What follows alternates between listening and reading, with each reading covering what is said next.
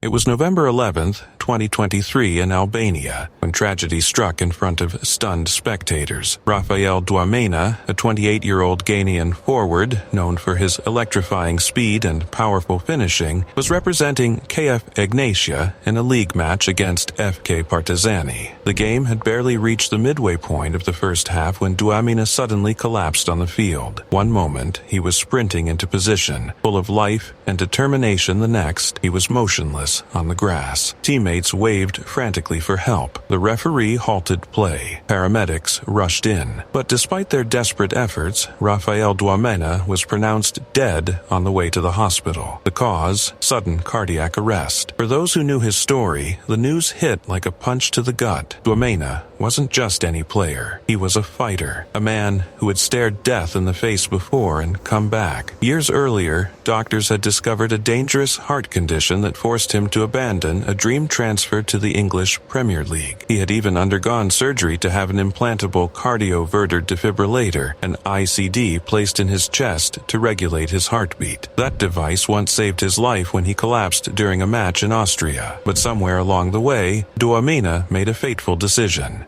He had it removed. He wanted to play again, to feel the rush, to hear the crowd, to live the game that had defined his entire existence. Football was in his blood. Even as doctors warned him of the risks, Dwamena pressed on, returning to the pitch with the same passion that carried him from the dusty fields of Ghana to the bright lights of Europe. He had started in the Red Bull Ghana Academy, dazzling scouts with his raw speed and finishing ability. His journey took him to Austria, Switzerland, Spain, and Denmark, a roller coaster career marked by brilliance, heartbreak, and relentless perseverance. He had once been on the brink of Premier League glory. In 2017, Brighton and Hove Albion agreed to sign him from FC Zurich after he scored an astonishing 12 goals in just 18 matches. But during the medical exam, his world shattered. He failed due to a heart abnormality. What should have been his biggest break turned into a nightmare. Still, he refused to let the diagnosis define him. He moved to Levante in Spain's La Liga, then to Zaragoza on loan, and later to clubs in Denmark and Austria. Every time his heart condition returned to haunt him. He stepped away, and every time he came back, determined to reclaim his place on the field. His life was a battle between passion and mortality. In 2021,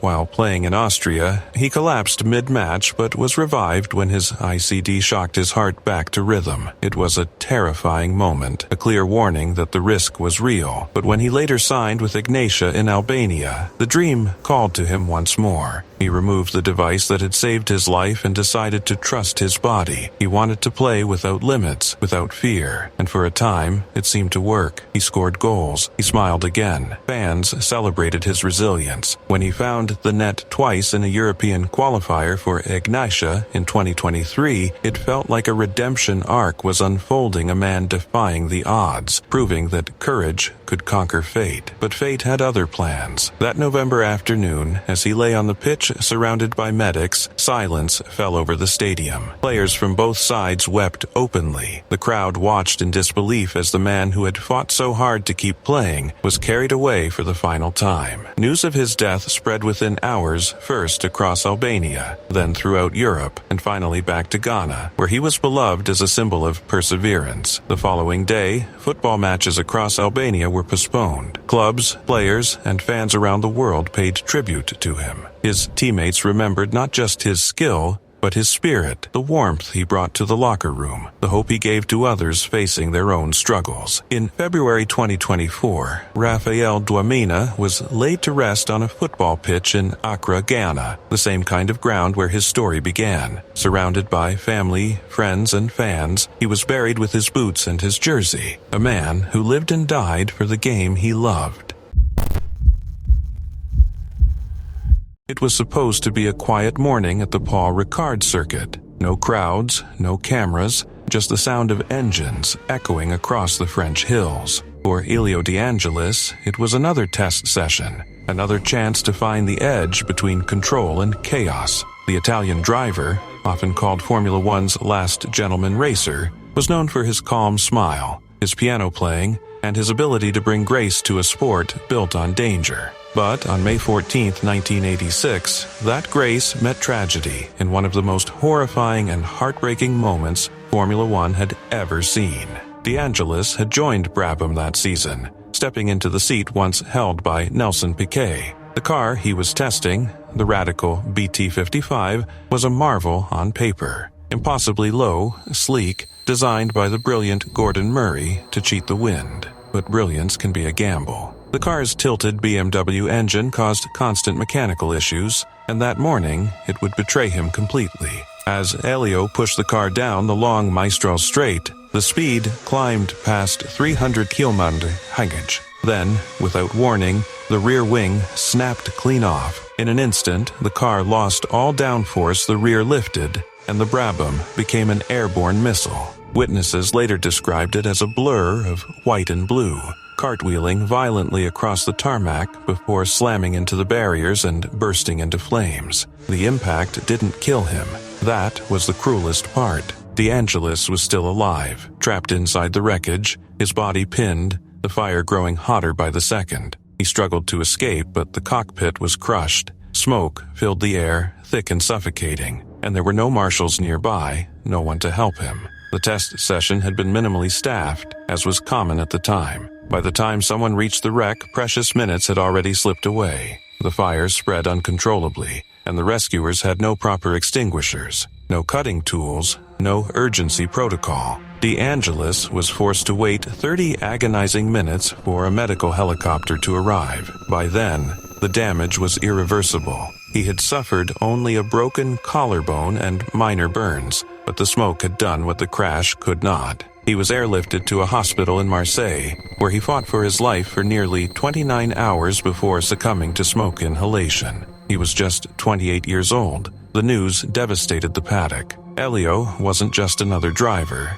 He was deeply loved. He was known for his humility, his kindness, and the rare calm he brought to an intense world. This was a man who would sit down at a grand piano after a race and play Chopin for his teammates. He had once kept fellow drivers entertained during a strike in South Africa, filling a locked hotel with the sound of Mozart while they protested FIA's rules. To his friends, he wasn't just a racer, he was the heart of the grid. His death struck a nerve deeper than most. It wasn't the speed that killed him, or the danger that everyone in the sport accepted. It was the failure of rescue, the silence, the delay. He didn't die from impact. He died waiting for help that came too late. That truth haunted Formula One. The FIA could no longer ignore the gaps in safety during private tests. After Elio's death, emergency standards were redefined. Medical teams had to be on site during all official testing. Marshals better trained. Helicopters ready within minutes. Circuits reevaluated their designs. Paul Ricard itself was permanently shortened. The very section where Elio crashed was removed from future races, as if the circuit itself couldn't bear to repeat the past. His seat at Brabham was later taken by Derek Warwick, one of the few drivers who hadn't immediately called the team looking to replace him after the tragedy. That gesture alone spoke volumes about the type of man De Angelis was, someone even his rivals respected too much to replace overnight. Elio's closest friend, Keke Rosberg, was shattered by the loss. The two had shared laughter, meals, and late-night talks about racing and life. At the end of that season, Rosberg quietly retired. After Elio, he said later, it didn't feel the same anymore. It was July 19, 2019, at the MGM National Harbor in Oxon Hill, Maryland. The arena buzzed with anticipation. Under the bright lights, Maxim Dadashev stood calm, focused, ready. At 28, the Russian boxer was undefeated, 13 wins, 11 by knockout. Fast, precise, powerful. He was a fighter on the brink of stardom. Tonight wasn't just another fight, it was an IBF light welterweight title eliminator. Victory would mean a shot at the World Championship. Every punch he'd thrown, every hour in the gym, had led to this moment. Across the ring stood Subriel Matias, a relentless Puerto Rican known for his aggressive, punishing style. If Dadashev was precision and grace, Matias was pressure and power. From the opening bell, it was clear this fight would be a war. Maxim started strong, moving like a champion in waiting, snapping crisp punches, but as the rounds passed, Matthias kept pressing, absorbing shots while dealing heavy blows in return. By the 5th and 6th rounds, the damage began to show. Maxim's movement slowed, his timing faltered, hesitation creeping in. By the 10th, his legs wobbled. By the 11th, his eyes seemed distant. In his corner, veteran trainer Buddy McGirt saw the truth no one else wanted to face. Maxim had taken too many clean hits. Leaning close, he whispered, "Max, you're taking too much. Let me stop it." Maxim shook his head. He didn't want it to end like this, not when the championship was within reach. "Please," McGirt urged, voice cracking. "Let me do this." Still, Maxim resisted. Finally, McGirt turned to the referee and waved it off. The fight was over, but the worst wasn't over. Dadashev tried to walk to his corner. A few shaky steps, then he stumbled, collapsed in the corridor, unconscious and vomiting. Panic swept the team. Medical staff rushed him onto a stretcher. What had seemed like exhaustion was something far worse. At the University of Maryland's Prince George's Hospital Center, doctors discovered massive brain bleeding. Emergency surgery was performed, part of his skull removed to relieve pressure. He was placed in a medically induced coma. Hope remained, but it wasn't enough. 4 days later, on July 23rd, Maxim Dadashev was gone. The dream ended, not with a title, not with celebration, but with grief. His wife, Elizaveta, was left to explain to their 2-year-old son why his father wouldn't come home. She called Maxim a kind soul, a true fighter, and promised their son would grow to be just as strong. The boxing world recoiled. Promoter Bob Arum described him as a terrific young man. Fellow fighters, fans, trainers, all mourned the brutal cost of one night in the ring. Buddy McGirt had tried to save him, making the right call just seconds too late. "It just takes one punch," he said quietly. "That's all it takes." Even Subrio Matias, the man who technically won the match, didn't feel like a victor. He refused his $7,500 fight purse. "No one is prepared for something like this when chasing their dreams," he said. Maxim's death sent shockwaves through the sport, reigniting questions about head trauma, safety, and early stoppages. Some argued stricter rules could prevent such tragedies. Others, like Marshall Cunningham, president of the Potomac Valley Association, reminded the world boxing gives purpose, discipline, and direction to countless young lives. But no purpose ever feels worth the price of a coffin. Investigations followed from the Russian Boxing Federation to the Maryland State Athletic Commission. Doctors, officials, trainers all searched for answers, but nothing could undo what had happened. It was June 26, 2003, a night that should have been another proud chapter in Cameroon's football history. The semi-final of the FIFA Confederations Cup was underway in Lyon, France. The crowd roared, the floodlights glowed, and in the middle of it all stood Marc-Vivien Foé tall, commanding, and seemingly invincible, a warrior for his nation, the heart of Cameroon's midfield. But in the 72nd minute, something happened that silenced the world. Foé, without a single player near him, suddenly collapsed to the ground. No foul, no collision, just a man falling where he stood. For a moment, the crowd thought he had tripped, maybe cramped up, but he didn't move. His eyes stared blankly toward the sky as teammates screamed for help. Medical staff sprinted onto the pitch, desperately fighting against time. For 45 long minutes, doctors worked frantically to bring him back. CPR, oxygen, defibrillators, everything humanly possible was tried. Inside that stadium, thousands of fans waited in stunned silence, watching their hero's life slip away. When the announcement came that Marc-Vivien Foé had died, football itself seemed to stop breathing. He was only 28 years old. The autopsy would later reveal the cause of hypertrophic cardiomyopathy, a hereditary heart condition that silently kills even the strongest athletes. There were no warning signs, no second chances. The heart that had carried him through years of fierce battles on the field had suddenly betrayed him. What made this tragedy so haunting wasn't just that it happened during a major international match, or that it unfolded live before millions of viewers. It was the way Foé fell alone, unchallenged, as if fate itself had chosen that moment. His teammates were shattered. Opponents stood frozen, tears streaming down their faces. Thierry Henry, playing in the other semi-final that same night, pointed to the sky after scoring, dedicating his goal to Foé. In the days that followed, the football world united in grief. Manchester City retired his number 23 shirt. Lens and Lion withdrew the number 17 in his honor. Streets were renamed after him. Even years later, his name still echoes in the hearts of fans, a symbol of passion, dedication, and the cruel unpredictability of life. Foé wasn't just a player, he was a father, a husband, and a man who played every match with heart, quite literally, until the very end. His widow later revealed that he had been unwell before the game, suffering from stomach problems and exhaustion. But Foé had insisted on playing. Lion was his second home, and he wanted to perform in front of the fans who had embraced him. Even as his coach tried to substitute him, Foé waved him off, determined to continue. Minutes later, he was gone. He left behind a wife, children, and millions of grieving fans, but also a legacy that transcended sport. His son would later stand on the field before the 2009 Confederations Cup final, speaking briefly but powerfully in memory of his father, a man who gave everything for his country and his dream.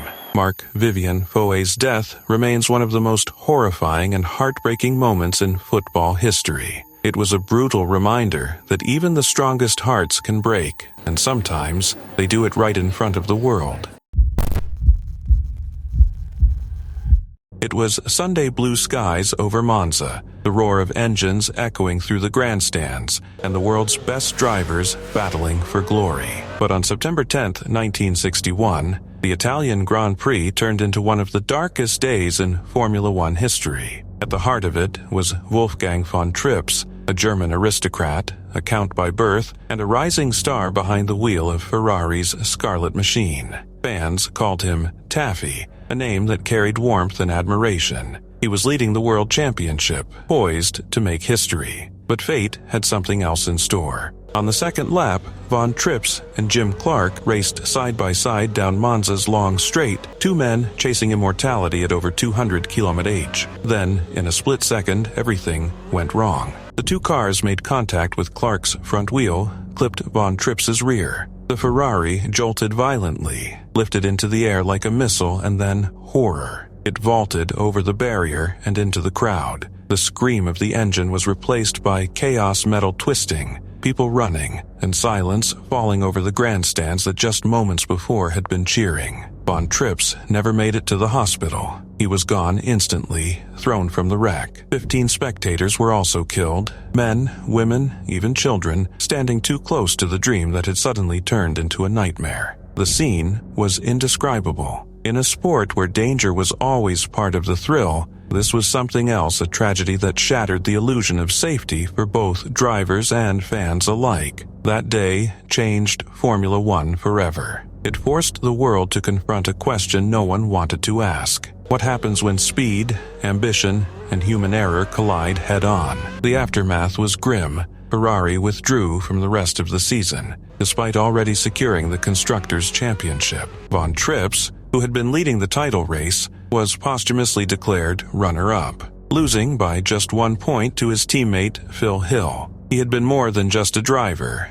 He was a pioneer who brought nobility to the cockpit. Born into a Rhineland noble family, Von Trips grew up in a castle in Kerpen, near Cologne. He struggled with diabetes, often carrying high-sugar snacks in his car to fight off low blood sugar during races. But nothing stopped him. From his first podiums in the late 1950s to his hard-fought victories at Zandvoort and Silverstone in 1961, he had climbed his way to the top of the motorsport world. Behind the polished smile and refined manner, there was a man obsessed with racing, willing to risk everything for the pursuit of speed. And yet, it was that same passion that claimed him. The sight of his car soaring off the track, the screams from the stands, and the eerie silence that followed still haunt Formula One's collective memory. The FIA soon banned races on circuits with steeply banked corners. Safety barriers, spectator zones, and car designs were all re-examined. But for many, the scars of that day never truly healed.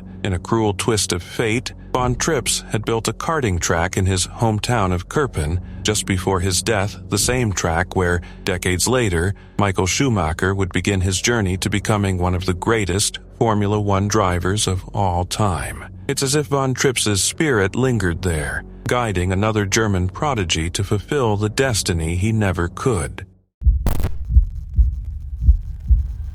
It was a cold January day in 2012 at Park City, Utah, when Canadian freeskiing pioneer Sarah Burke suffered a crash that would send shockwaves through the world of extreme sports. The morning had begun like any other. Athletes warming up on pristine slopes, cameras rolling, and the excitement of trying new tricks in a sport defined by risk. Sarah, one of the brightest stars of her generation, attempted a trick that had become part of her signature repertoire. At first, it didn't appear catastrophic. Witnesses saw her land the maneuver but strike the snow hard with her head. The crowd didn't panic after all. Falls were part of the sport. But then, in the span of seconds, everything changed. Her body collapsed, and she went into cardiac arrest right on the snow. The scene that unfolded was terrifying. Medics rushed to her side, trying desperately to stabilize her before rushing her to the hospital. Sarah was placed in a medically induced coma, and the extreme sports community held its collective breath. 9 days later, the unthinkable happened. Sarah Burke was gone. Sarah Burke wasn't just an athlete. She was a revolutionary. From the time she was a teenager, she defied expectations, sneaking into snowboard halfpipes and competing against men to prove that women deserved a place in the highest levels of freestyle skiing. Her dedication paid off. She became the first world champion in halfpipe skiing and amassed multiple Winter X Games gold medals, thrilling fans with her fearless style and technical precision. She was also a trailblazer off the podium, relentlessly lobbying for the inclusion of halfpipe skiing in the Olympics. Her efforts paid off posthumously when the sport debuted at the 2014 Sochi Games, where she would have undoubtedly been a top contender for gold. Beyond her medals and records, Sarah was a symbol of ambition and resilience, showing generations of young athletes, especially women, that they could compete, win, and redefine the sport. Her life off the slopes mirrored her spirit of adventure. She married fellow skier Rory Bushfield, creating a life rooted in the mountains they both loved. Friends and family described her as compassionate, determined, and endlessly generous. That generosity extended even beyond her life. After the crash, Sarah's organs were donated, leaving behind a legacy of giving that saved multiple lives. The tragedy also exposed the stark realities of extreme sports. The accident occurred at an unsanctioned, sponsor-hosted event, leaving Sarah without national insurance coverage. The medical costs were astronomical, and her family and agent had to scramble to cover the bills, a sobering reminder that behind the glamour of competition, extreme athletes often risk their health and financial security for the thrill of the sport. It highlighted a dangerous paradox. The very events that push sports to the cutting edge often do so without safety nets for the athletes who risk everything to participate. Yet, even in death, Sarah Burke's influence endured. Her ashes were scattered over the mountains during the very Olympics she had fought so hard to bring her sport to,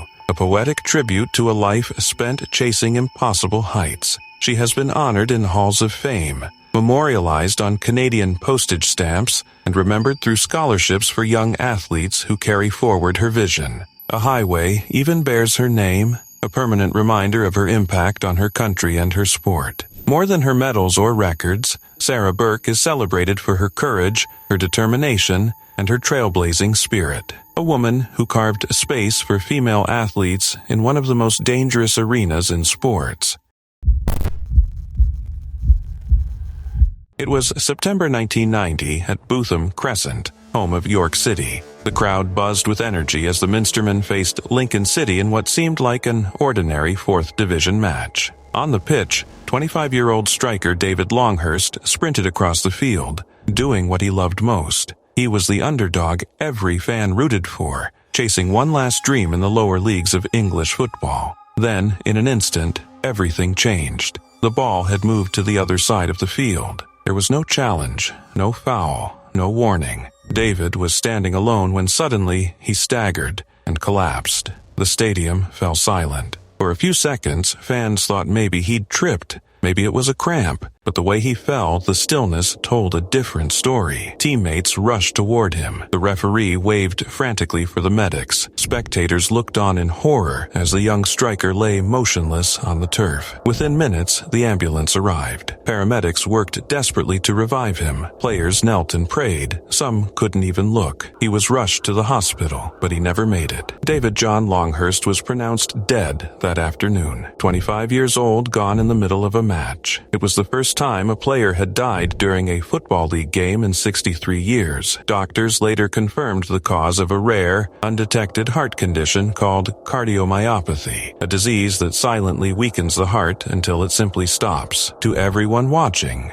David looked fit and strong, but inside, something deadly had been hiding all along. For the world of lower league football, it was a brutal wake-up call. These weren't millionaire athletes with elite medical teams. They were working-class players giving everything for local pride. And now, one of them had died in front of thousands of horrified fans. News spread fast. On the radio, David's father, Vic, heard the devastating announcement while driving. "We were just sitting there trying to take it in," he later said. "It was devastating. There had been no contact, no warning. It was something you couldn't explain. At first, people assumed it was a heart attack, but the post-mortem revealed a genetic defect no regular checkup could have found. You have to have an ultrasonic scan for these things to show up," Vic explained. David had all the usual examinations, but nothing ever appeared. After his son's death, Vic made it his mission to campaign for better heart screening in sports for every athlete at every level. He warned that more lives could be saved with proper scans. When Fabrice Muamba collapsed in 2012 and survived, Vic's message echoed louder than ever. Doctors and charities pushed for mandatory screenings, citing Italy, where such measures had reduced sudden cardiac deaths by 90%. Yet in England, testing remained optional. For York City, the loss was deeply personal. David wasn't just another signing, he was their spark, their fighter. To honor him, the club renamed one of their stands the David Longhurst Stand, ensuring his name would live on in the place where he gave everything. It was supposed to be just another race weekend, a blur of speed, glory, and noise echoing through the hills of Imola. The 1994 San Marino Grand Prix had drawn thousands under the Italian sun, all waiting to see one man, Ayrton Senna da Silva, the Brazilian genius, the three-time world champion, and the very soul of Formula One. For millions, Senna wasn't just a driver. He was a symbol of courage and perfection, a man who danced on the edge of danger. But that Sunday, May 1st, became the darkest day in Formula One history, the day the sport's heart stopped beating. The weekend had already felt cursed. On Friday, Senna's close friend Rubens Barrichello crashed at 225 km/h, his car flipping violently. Senna ran to the medical center and waited outside until Barrichello regained consciousness, a rare moment of relief in a weekend filled with dread. But the next day brought tragedy. During Saturday qualifying, Roland Ratzenberger,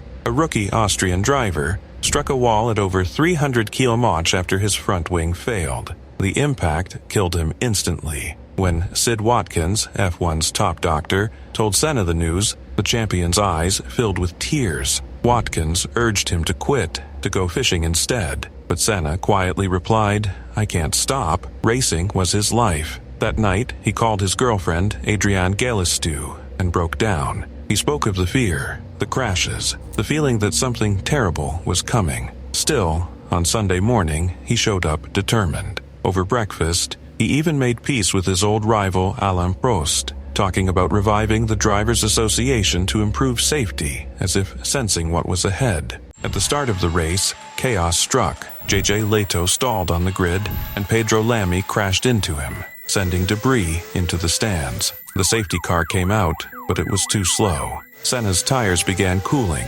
losing grip. After 5 laps, the race restarted.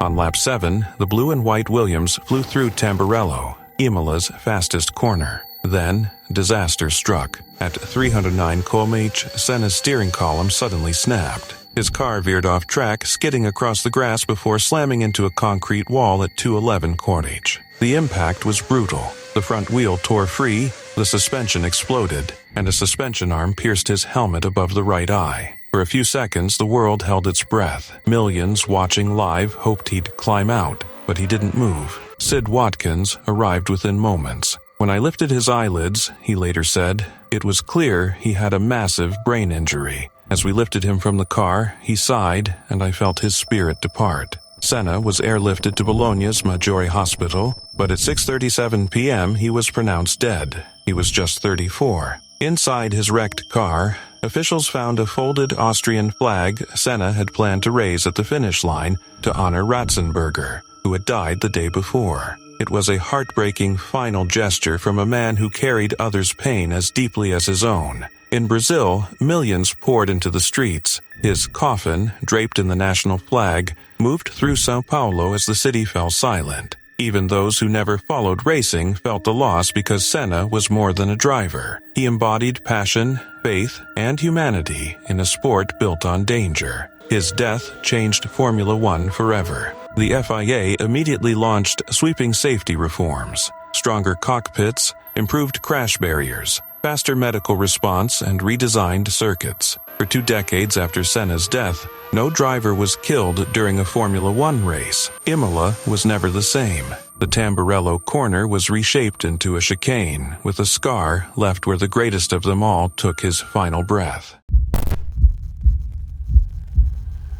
It was meant to be a day of love and adventure. On July 18, 2021, 25-year-old lawyer Yecenia Morales Gomez stood at the edge of the Amaguey Viaduct in northern Colombia, hand in hand with her boyfriend. The couple had driven from Medellin, excited for a first-time bungee jump. The sun blazed over the valley. Jagged hills stretched across the horizon, and Yecenia's nervous smile reflected the thrill only a leap into the void could bring. But within seconds, that excitement turned to horror. The Amaguey Viaduct rises nearly 150 feet above the valley floor and had become a hotspot for thrill seekers. That day, dozens had already jumped, cheered on by the growing crowd. Yecenia and her boyfriend were numbers 90 and 91. For many, it was a highlight of their holiday. For Yecenia, it was supposed to be the same, until miscommunication made tragedy inevitable. Witnesses say it happened in a heartbeat.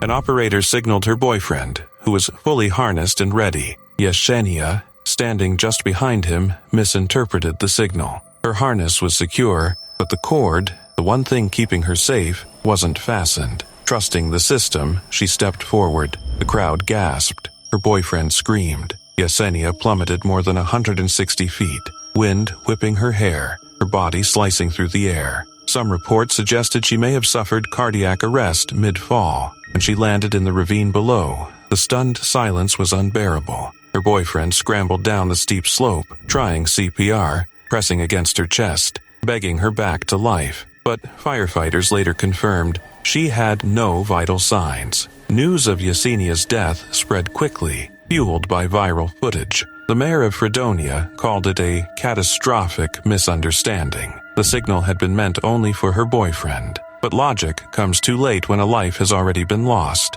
Her family was devastated. Her brother Andres said through tears, "My sister was full of life, happiness, and a spirit that loved her friends and wanted to help people. She had dreams, plans, and an entrepreneurial spirit." Yecenia was more than a statistic. She was a daughter, a sister, a vibrant young woman whose future vanished in seconds. Sky bungee jumping denied confusion played a role, claiming only one person could ever be ready to jump at a time. But questions lingered. Were operators licensed? Were safety standards enforced? Reports suggested some companies were unlicensed, and oversight of Colombia's adventure tourism industry was dangerously thin. For those who witnessed it, the horror is unforgettable. One moment, Yecenia stood alive, her life ahead of her. The next, she was gone not because of recklessness, but because a single miscommunication turned a day of adventure into a permanent nightmare. It was supposed to be just another Sunday night in Portuguese football. January 25, 2004, Vitória de Guimarães versus Benfica, a normal league fixture, broadcast live to millions across the country. The air was crisp, the crowd loud, and Benfica's young Hungarian striker Miklós Fehér was ready to make an impact. He came on as a substitute in the second half, full of energy, his trademark grin lighting up the field. He even set up the only goal of the match, a perfect assist that seemed to seal a quiet victory for Benfica. But as the game ticked into injury time, something unthinkable happened. The referee raised a yellow card. Fehér smiled, tilted his head down, hands on his knees, and then, suddenly, without warning, he fell backwards. For a few seconds, the world stood still. Players from both teams froze, unsure if it was a prank, a feint, or something worse. Then came the panic. Teammates rushed to him. One lifted his head, another screamed for help. The stadium, moments earlier filled with chants, turned eerily silent as Fehér lay motionless on the wet grass. The medics stormed onto the pitch. CPR began immediately. Players knelt in prayer. Others turned away, tears already streaming down their faces. Benfica's coach, José Antonio Camacho, broke down on the sideline. Cameras continued to roll, the horror unfolding live on national television. For a brief moment, there was hope. The medical team managed to get a response, and as Fehér was stretchered off the field, fans clung to the belief that he would recover. But within hours, the devastating news broke. Miklós Fehér was gone, just 24 years old. The autopsy would later confirm what no one could have predicted: cardiac arrhythmia caused by hypertrophic cardiomyopathy, a hidden heart condition that strikes without warning. His heart had simply given out in the middle of the game. It was a cruel, haunting moment. Fehér wasn't just a footballer, he was a symbol of joy, passion, and youthful promise. To watch someone so full of life collapse and never rise again shook the entire world of football. The image of his final smile just seconds before he fell burned itself into history. His death sent shockwaves far beyond Portugal. In the following days, fans filled the stands with flowers, candles, and scarves. Benfica retired his number 29 shirt, ensuring no player would ever wear it again. Rivals put aside differences, and Porto's staff, including José Mourinho, personally paid their respects. At Benfica's Estádio da Luz, thousands came to see his body before it was flown home to Hungary for burial. And even there, the mourning didn't stop. The entire Benfica squad, along with the club's president and manager, traveled to Hungary to honor him, presenting his parents with a league championship medal their son never got to hold. The team dedicated their cup win to his memory. For the rest of that season, every Benfica goal, every cheer, every celebration carried his spirit. Years later, Hungary's national team would return to Lisbon to lay a wreath beside his bust, and on what would have been his 43rd birthday, another tribute was held at the very stadium where his heart stopped. Time passed, but the image never faded. That smile, that collapse, the tears, the disbelief. The 1967 Monaco Grand Prix was meant to be a celebration of speed and elegance, the glamour of the French Riviera meeting the thrill of Formula One.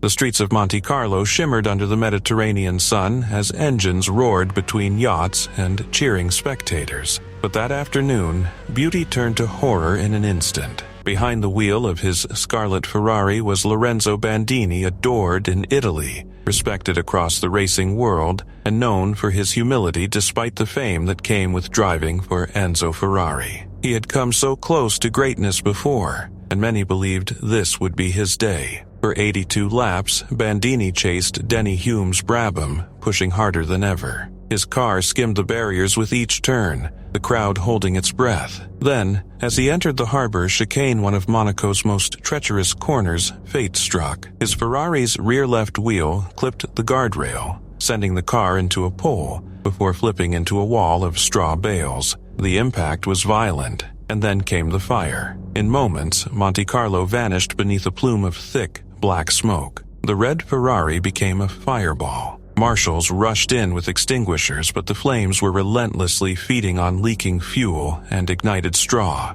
Bandini was trapped beneath the wreckage, motionless, as the heat grew unbearable. Spectators screamed from balconies and yachts, helpless as the inferno consumed everything. Over a minute passed before rescuers could reach him. The straw bales, meant for safety, had become a death trap. When Bandini was finally pulled out, it was too late. His body was covered in third-degree burns, his chest crushed, his face unrecognizable. He was rushed to Princess Grace Hospital, where doctors fought desperately for 3 days. On May 10, 1967, Lorenzo Bandini was gone. He was just 31. The image of his Ferrari burning beneath the Monaco sun remains one of the most haunting in F1 history. Flames reflecting off the blue harbor, panic echoing through the narrow streets. The horror wasn't just in the crash, but in the helplessness of watching a man consumed by the dream he lived for. Bandini's rise made it even more tragic. Born in Libya and raised in Florence, he had started as a mechanic's apprentice before working his way to Formula One. He'd once fixed cars in a Milan garage before earning his first podium in Monaco, the very same place that would take his life. By 1967, he was Ferrari's top driver, a national hero and a world champion in the making. But fate, cruel as ever, intervened. His death shook the sport. The horrifying images from Monaco led to swift change. Straw bales were banned, marshals were better trained, and new safety barriers were introduced. Bandini's sacrifice forced Formula One to confront its dangers and evolve. More than 100,000 people attended his funeral in Reggiolo, many in tears as his coffin passed draped in Ferrari red. Enzo Ferrari was devastated that the man who brought so much pride to his team had perished in its service. What makes Bandini's death unforgettable isn't just the flames or the crash, but the cruel irony that he had once helped film a movie, Grand Prix, suggesting that very harbor chicane for a crash scene, unaware it would become his own. He was just 18. For most people that age, life is only beginning, full of dreams, choices, and endless possibilities. But for Nguyen Triet, a rising star in Vietnamese gymnastics, that future was stolen in an instant. What should have been an ordinary training day turned into a nightmare. Triet attempted a backflip, not the first, not the last, or so everyone thought. But as he launched into the air, rotating with the precision he had practiced countless times, something went terribly wrong. He landed directly on his head. The impact was catastrophic. His arms and legs went limp. Triet was paralyzed from the neck down and rushed to Hanoi's E Hospital. Emergency surgery followed, and he was later transferred to Bach Mai Hospital to begin a long, grueling fight for survival. He couldn't move. He couldn't breathe on his own. And yet, despite everything, his spirit remained unbroken. "I really appreciate life. I want to keep living," he whispered after his second surgery. His coach, Major Hao Trung Lin, recalled the words through tears. "It made me so emotional." Even like that, he still had the will to fight. But determination alone couldn't undo the damage. Despite round-the-clock care, Triet's condition worsened. In April, he was moved to Thanh Nguyen Hospital, where he spent his final weeks surrounded by doctors, nurses, and a family who never stopped hoping. On May 9, 2024, Nguyen Minh Triet quietly passed away. The silence that followed was deafening. Triet was more than a gymnast. He was the heart of his family, the third of 4 siblings, yet the one holding everything together. His father, retired and working odd security jobs, his mother, battling cancer, an older brother too sick to work, and a youngest sister only 5 years old. Every month, Triet gave up his entire salary from training to support them. A child should never carry that kind of weight, but he did, silently, selflessly. His coaches remembered him as relentless, training harder than anyone else, not for fame, but for the dream of representing Vietnam on the world stage. He began gymnastics at 7 and had joined the national youth team by age 12. By 15, he had swept national titles across multiple age categories, and in 2022, he even won a bronze medal for the Army team at Vietnam's 9th National Sports Festival. He had plans, big plans, to age out of the youth ranks, earn a spot on the senior national team, and step onto the world stage. He was also weeks away from graduating high school. All of that ended in a foam pit, the very safety measure meant to protect him. On November 10, 2023, at Hanoi's National Sports Training Center, Triet attempted 2 backflips, but instead of a safe landing, his neck gave way under the miscalculated landing. It should have been safe. Everyone thought it would be. But gymnastics doesn't always forgive. In the months that followed, as Triet battled for life and his family watched helplessly, Vietnam's sports community rallied around him. Donations poured in, and the Vietnam Gymnastics Federation ensured he received the best possible care. Yet, no amount of support could undo the accident. When he passed, his coach admitted that they had quietly feared the worst all along. "We knew the chances were slim, but it doesn't hurt any less," he said, voice breaking. He always fought harder in competition than in practice. That spirit, it never left him. More than 200 people attended Triet's funeral. It was a cold afternoon on December 29, 2007, at Fir Park, home of Motherwell Football Club. The stands were alive with noise, scarves waving, fans bundled up against the Scottish winter. Their captain, Phil O'Donnell, a man who had spent nearly 2 decades earning respect on and off the pitch, was leading from the front, as always, calm, composed, and committed. The match against Dundee United seemed like any other day in the Scottish Premier League. Nothing unusual, nothing foreboding. Motherwell were in control, the game winding toward its end. Then, in a moment no one could have predicted, everything changed. As the fourth official prepared to raise his board for a substitution, O'Donnell began to slow down. He looked pale, unsteady. Just as he was about to be replaced, he staggered and collapsed. For a few seconds, the crowd went silent, the kind of silence that grips an entire stadium when something feels terribly wrong. Players froze in disbelief before rushing toward him. Medics sprinted onto the pitch. The atmosphere turned from routine to panic in an instant.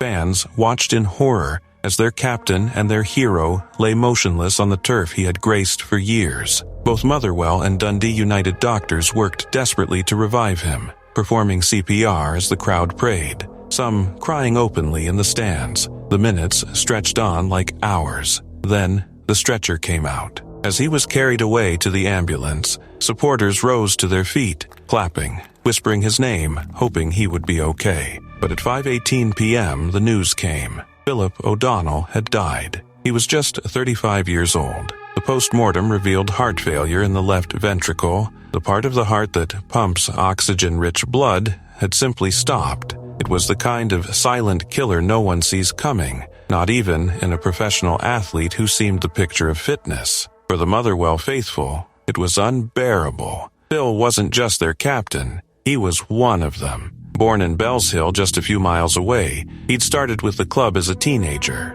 scoring in their 1991 Scottish Cup final victory and earning praise for his bravery and spirit. He had gone on to play for Celtic and Sheffield Wednesday before coming home not just to play, but to lead. He was Uncle Phil to his younger teammates, a mentor to many, and the heart of the dressing room. In the days that followed, Scotland mourned. Fans from across the country, even rival clubs, laid scarves, shirts, flowers, and handwritten notes outside Fir Park.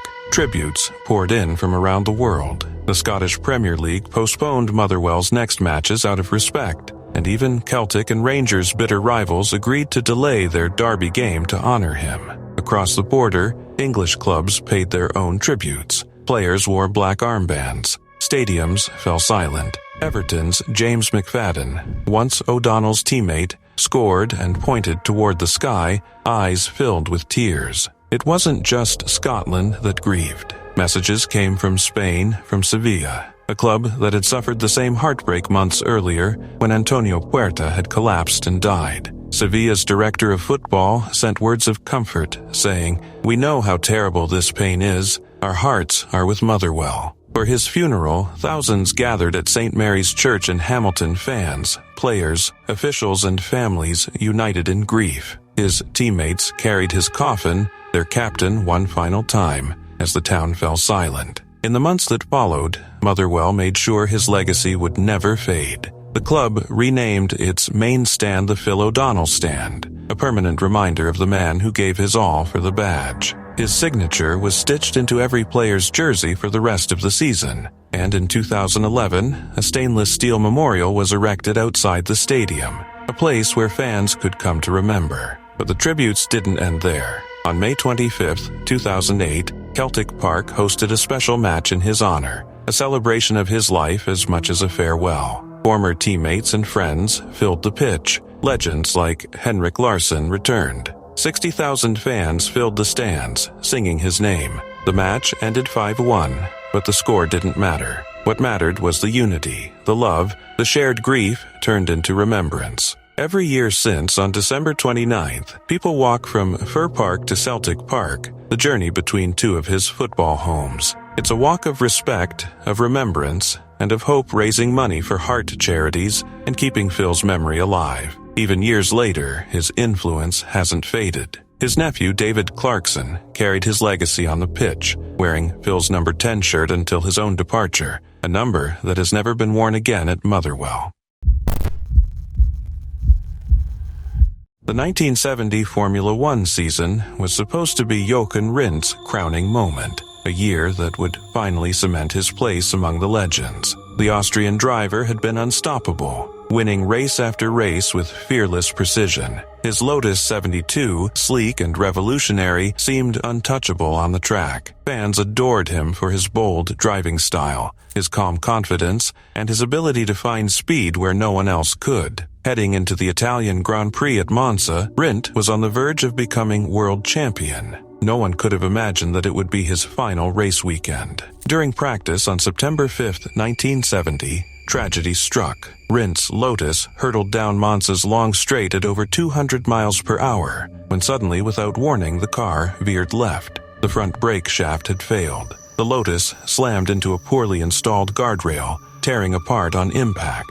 The nose of the car was crushed, the cockpit twisted, and Rindt was thrown forward violently despite being strapped in. His seatbelt, fitted in a way that allowed him to move more freely, a common practice among drivers, then slid up his body during the crash. The harness caught his neck instead of his chest, inflicting fatal injuries. The rescue teams rushed to the scene, but there was nothing they could do. Jochen Rindt was pronounced dead on arrival at the hospital. He was just 28 years old. The news spread like wildfire. Shock rippled through the paddock, the grandstands, and across Europe. Everyone knew Rindt had been destined for greatness, and now that promise was gone in an instant. His wife, Nina, stood silently in the pit lane, watching the car being brought back, her face pale with disbelief. But the cruelest twist came weeks later. Despite his death, Rindt's championship lead was so commanding that no one could surpass his points total. When the season ended, he was officially declared the 1970 Formula One world champion, the only driver in history to win the title posthumously. His name was engraved on the trophy, his legacy immortalized, but the victory felt hollow, shadowed by grief. Rindt's death exposed the dangers that drivers had long accepted as part of the job: the broken guardrails, the lack of runoff areas, the fragile cars. It all came under fire. His passing forced Formula One to face its negligence. In the aftermath, major safety reforms followed: better crash barriers, stricter harness designs, and improved car construction standards. Jochen Rindt's story is one of brilliance cut short by a man who chased perfection and paid the ultimate price. Every corner of Monza still whispers his name, a chilling reminder that even champions aren't immune to the dangers that lurk behind the pursuit of speed. It was October 28, 2023 in Sheffield, England. Over 8,000 fans packed the Utilita Arena, buzzing with energy. The Sheffield Steelers were taking on the Nottingham Panthers in what was expected to be a routine EIHL Challenge Cup match. But by the end of the night, the arena would fall silent, and a tragedy would strike that no one could have foreseen. Among the players was Adam Johnson, a 29-year-old American forward with quiet confidence and undeniable talent. Born in Grand Rapids, Minnesota, Adam had clawed his way through the ranks, briefly playing in the NHL for the Pittsburgh Penguins before moving to Europe. In Sweden and Germany, he continued to impress, and by 2023, he had joined the Nottingham Panthers, bringing speed, skill, and leadership to the ice. Fans adored him. Teammates respected him. Adam was the kind of player who left an impression without saying a word. Then came the moment that changed everything. Midway through the second period, around the 35th minute,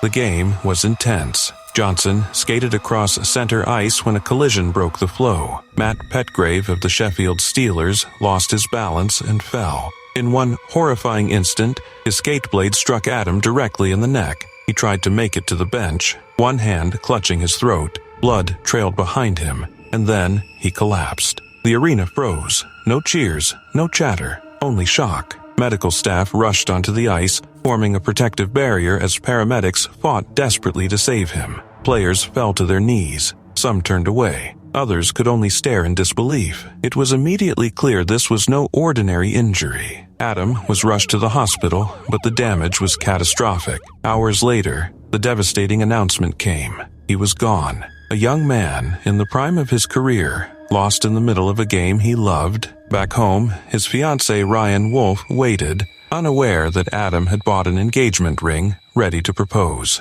He never got the chance. The game was canceled. So were others that weekend. Tributes poured in from around the world, from NHL stars to local fans. Outside Nottingham Arena, mourners left flowers, jerseys, and heartfelt messages. Teammates wore black armbands. Arenas held moments of silence. But grief soon gave way to hard questions. Why weren't neck guards mandatory? Could this accident have been prevented? The English Ice Hockey Association acted quickly, mandating neck protection for all its leagues starting in 2024. It wouldn't bring Adam back, but it could save lives. Sheffield's senior coroner, Tanika Roden, warned that unless changes were made, it could happen again, urging all leagues to act. The EIHL, however, didn't follow immediately. Neck guards were strongly encouraged, but still not required. For many, that wasn't enough. Then came a development that shocked the hockey world. Matt Petgrave, the player whose skate caused the injury, was arrested on suspicion of manslaughter. Most saw it as a tragic accident, and Petgrave expressed deep sorrow, saying he had no control over what happened. He was released on bail, and a crowdfunding campaign for his legal defense raising nearly $10,000 sparked heated debate online. As investigations continued, hockey leagues worldwide began to respond. In Canada, neck guards became mandatory. Some NHL players like Anze Kopitar and Tyler Bertuzzi voluntarily started wearing them. The culture was shifting, but it came at an unbearable cost. The life of a man whose passion for the game had ended far too soon.